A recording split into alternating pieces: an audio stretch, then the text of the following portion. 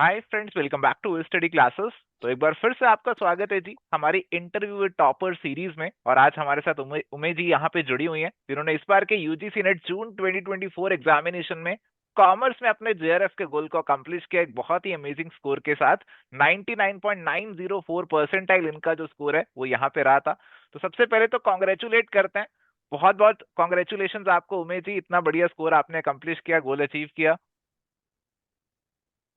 Thank you so much sir. Thank you for your wishes. तो उमेश जी, बहुत अच्छा लग रहा है आज हमारे साथ जुड़ के। एंड आई एम श्योर कि जो हमारे फ्यूचर एस्पिरेंट्स होंगे वो जानना चाहते होंगे कि जो 99.9 परसेंटाइल वाली जर्नी होती है वो कैसी होती है, कैसे आप अपनी प्रिपरेशन को स्टार्ट किया था आपने, और किस तरीके से अपना जो पढ़ाई है वो किया था, कितने घंटे आप पढ़ा करते थे। तो ये सब बातें जानना चाह रहे होंगे फ्यूचर एस्पिरेंट्स, तो उनके बारे में थोड़ा सा बताइए। एक्चुअली सर ये मेरा सेकंड अटेम्प्ट था। और जो मेरा फर्स्ट अटेम्प्ट था मैंने दिसंबर में दिया था वो। तो उस टाइम पे मेरा नेट भी क्वालिफाई नहीं हो पाया था। क्योंकि रीजन ये था कि मैंने सिर्फ 2.5 मंथ ही प्रिपेयर किया था। और उसमें फिर मैंने अपना हार्डली सिलेबस कवर किया था। And you know the syllabus is very vast. Hmm. तो फिर उस टाइम पे मैं ना तो मॉक टेस्ट लगा पाई थी ना ही पीवाईक्यू। और जस्ट 2.5 मंथ्स जब हो गए थे और पेपर सामने था, तो जब क्वेश्चन पेपर आया तो उस टाइम पे लगा हाँ कि ये क्या हो रहा है। क्योंकि एक्सपीरियंस ही नहीं था कि कैसे करना है नहीं करना है। तो वहां पे मैं कहूंगी कि वो एक वीक पॉइंट था कि मॉक टेस्ट और पीवाईक्यू मैंने नहीं लगाया, जस्ट प्रिपेयर किया और फिर एग्जाम के लिए रेडी हो गई। तो बट इस टाइम पे मैंने अपना फिर से जो पढ़ा था उसे रिवाइज किया। और फिर उसके बाद मैंने पीवाई क्यूज को एनालाइज किया। जब मैंने सर इसको एनालाइज किया तो मुझे पता चला कि किस टाइप के क्वेश्चन फॉर्म होते हैं। क्योंकि 2.5 month is not enough for that. जी। And I think sir P Y Q बहुत ही इम्पोर्टेंट है। अब जब हम इसे एनालाइज करते हैं, अब ये नहीं कि सिर्फ आपने पीवाई क्यू ही अटेम्प्ट कर लेना है या फिर आप मॉक्स लगाओ जितने। आपको ये देखना है कि अगर मेरे क्वेश्चन सही हो रहे हैं तो उसका रीजन क्या है, और अगर गलत हो रहे हैं तो उसका रीजन क्या है, वो देखना जरूरी है। और फिर अगर आपका कोई वीक पॉइंट है या स्ट्रॉन्ग पॉइंट है तो उस पर आपको वर्क करना चाहिए।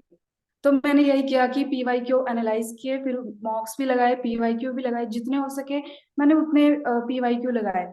उससे फिर मुझे पता चला कि किस टाइप के क्वेश्चन फ्रेम होते हैं और हमें कैसे अटेम्प्ट करना है। लाइक टाइमिंग इशू भी होता है बच्चों को। लास्ट टाइम का जो पेपर था उसमें टाइमिंग इशू भी आया था मुझे, लेकिन इस टाइम मेरा पेपर एकदम बिल्कुल करेक्ट टाइम पे हो गया था। तो टाइमिंग इशू भी नहीं आया मुझे। और रही सर बात कि मैं कितने घंटे देती थी, लाइक मैंने ऐसे कोई घंटों के लिए टारगेट सेट नहीं किया था, to be very honest. Okay. मैंने ये सोचा था कि मैं अपने डेज के लिए टारगेट्स रखती थी कि आज आज मुझे ये कर लेना है। और एट द एंड में देखती थी ये मेरा हो गया कि नहीं, अब उसको मैं चाहे रात को जाग के करूं या किसी भी तरह करूं, वो टारगेट मैं पूरा करके ही सोती थी। तो यही था सर। ओके ओके, तो फर्स्ट अटेम्प्ट जो इनका था वो एक गेम चेंजर था, उन्होंने आंखें खोल दी, इनकी आई ओपनर था। और फिर उसके बाद इन्होंने ठान लिया कि नहीं, अरे नहीं, अभी तो मेहनत करनी पड़ेगी, ऐसे बात नहीं बनेगी। और उसके बाद प्रीवियस ईयर क्वेश्चंस उठाए, प्रैक्टिस करी, अपने टारगेट्स बनाए, और इससे कहीं ना कहीं इन्होंने अपने गोल को अकम्प्लिश किया। तो काफी अच्छी अच्छी बातें इनसे हमें जानने को मिल रही हैं। और ये भी इन्होंने बताया कि कहीं ना कहीं जो टारगेट्स हैं वो आपको पूरे करना है, टाइम को कहीं ना कहीं साइड में रखना है। और एक अच्छा खासा टाइम आपने भी लिया इस एग्जामिनेशन को क्वालिफाई करने में। तो बीच बीच में कभी कभी सेल्फ डाउट्स तो नहीं आते थे कि अरे हो पाएगा या नहीं हो पाएगा? ऐसा तो नहीं है कि इस बार भी मैं पेपर देने जाऊं और ना हो क्लियर, तो ऐसे डाउट्स तो नहीं आते थे मन में? सर आई थिंक ये तो हर एक एस्पिरेंट का पार्ट ही होता है। डाउट तो कभी कभी होता था, बट मुझे ये था कि नहीं, इस टाइम करना है, मैंने करके ही दिखाना है। ओके, ठीक है। तो आपने बस कर लिया था कि नहीं, मेरे को करना ही है किसी भी कीमत पे, तो जो भी मेहनत के लिए करनी पड़ेगी, I am ready to do it. और वही चीज कहीं ना कहीं आपको पुश यस। करती रही कि मेरे को करना ही करना है, और वो पुश करते करते आपको फाइनली अपना जो गोल है वो कंप्लीट करवा गई है। तो अभी आप जो है फ्यूचर एस्पिरेंट्स हमारे जो हैं, जो अभी इस बार तो शायद अपने गोल को कंप्लीट नहीं कर पाए, बट फ्यूचर में अपने गोल को कंप्लीट करना चाह रहे हैं, तो उनके लिए क्या आप कुछ टिप्स देना चाहेंगी? सर मैं तो यही कह सकती हूँ, give your 100%। At any cost give your 100%।